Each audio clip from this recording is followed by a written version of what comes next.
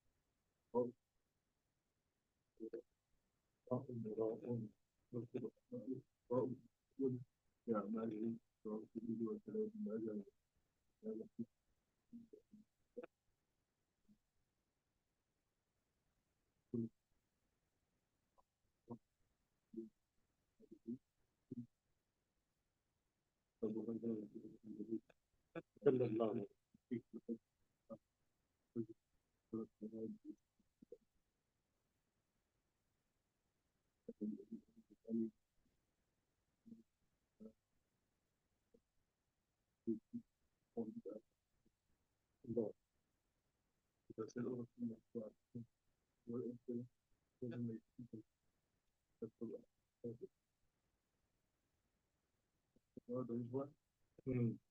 القراء المراؤون those قراء who are ostentatious or they show offs.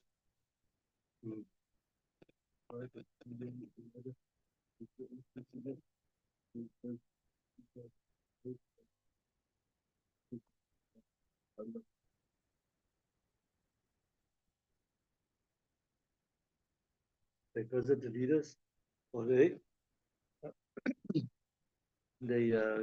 go visit the rulers. So Jubul Huzan is a valley in Jahannam resembling a very deep well. The same command applies to those scholars, those ulama, and those who sulaha, those pious men who are on ostentatious in the deeds and they recite the Quran for show. So what is meant here about those? So first of all, that means we have to correct our intention. We have to do these things solely and only for the pleasure of Allah subhanahu wa ta'ala. We shouldn't do it for show. Shouldn't be doing it to be said that hey, that's guy reads nice. Okay? We do it for the love of Allah, the love of the Quran we read. And then those that visit the leaders, they are those people who visit the leaders to gain worldly wealth from the leaders. This hadith doesn't refer to those leaders that were forced to come to them. If they were forced to come to them, then they had no option in them, and then they would not be fall under this category. Also, those ulama that visit the rulers to enjoin good and forbid evil, they also don't fall under this category. They go meet the rulers for that reason. Some people go to meet the leaders, the rulers, to give them dawah, so they don't fall under. The only people who fall under this category are those ulama, those qurra that go to visit the rulers or the leaders for worldly benefit. This hadith refers to the oppressive rulers. It does not forbid meeting the pious and the just rulers. If the ruler is a pious and a just person and you go meet him, he has taqwa, and you don't go for any worldly gains, but you go there for dawah, then that is a form of ibadat. So the main thing here is to correct our intention. So, رضي الله عنه قال قال رسول الله صلى الله عليه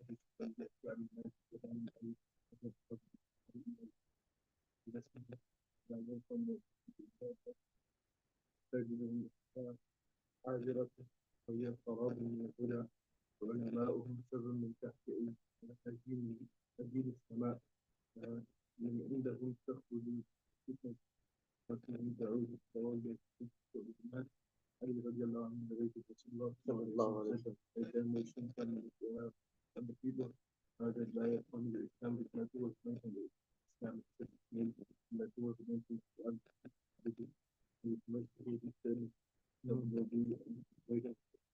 Yeah. So it will be steady, it will be occupied, but will be devoid of guidance. Ulama will be the worst of people under the heavens. From them, people will come out of Islam will be there in the world, but Muslims will lack the spirit and the essence of the Quran to be read, and they won't obtain the true blessings. Right? It will just be there. The Quran will just be there in written form. People will read the words, but they won't understand and they won't practice upon the Quran. There will be many masajid, the people occupy them, but they will not properly worship and remember Allah or engage in the studies, which things that are true, the true objectives of the masajid. The scholars will neglect the duties but will create discord amongst the ummah. That's when the fitness will come about. Hello?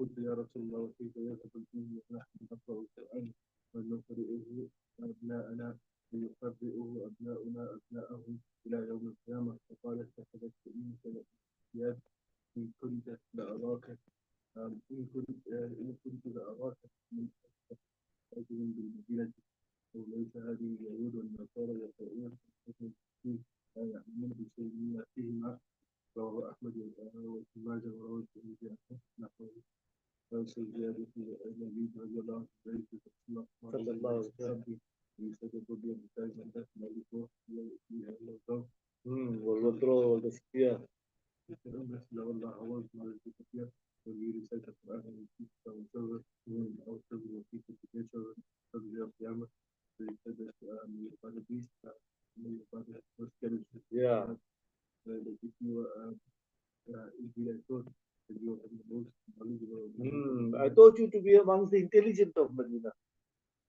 Yes, so we don't see that the Yahud and the Nasr inside and the Jews and not anything.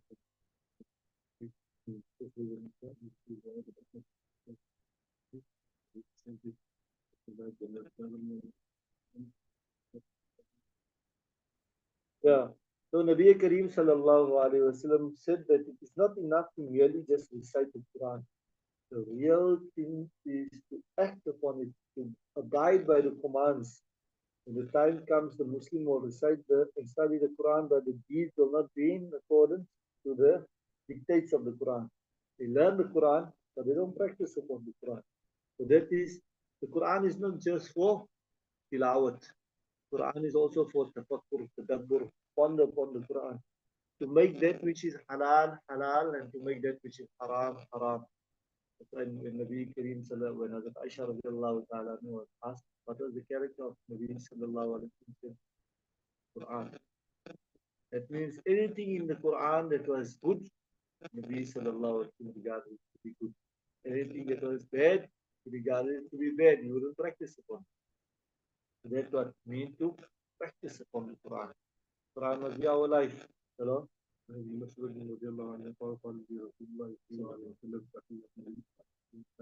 كان من فرائض وعلم تعلم وعلم فإني امرؤ مقبول والعلم سينقلب وتظهر الفتن حتى يتخلف اثنان في فريضة لا يجدان أحد يفصل بينهما ويجارم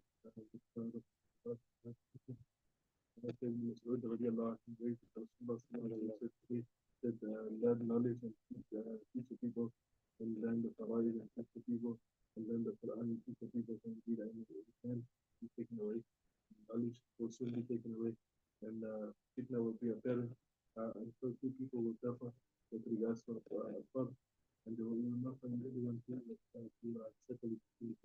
Yeah, this is because of the lack of knowledge and the abundance of Mishkaat. Even something as simple as a fard, they will start arguing about.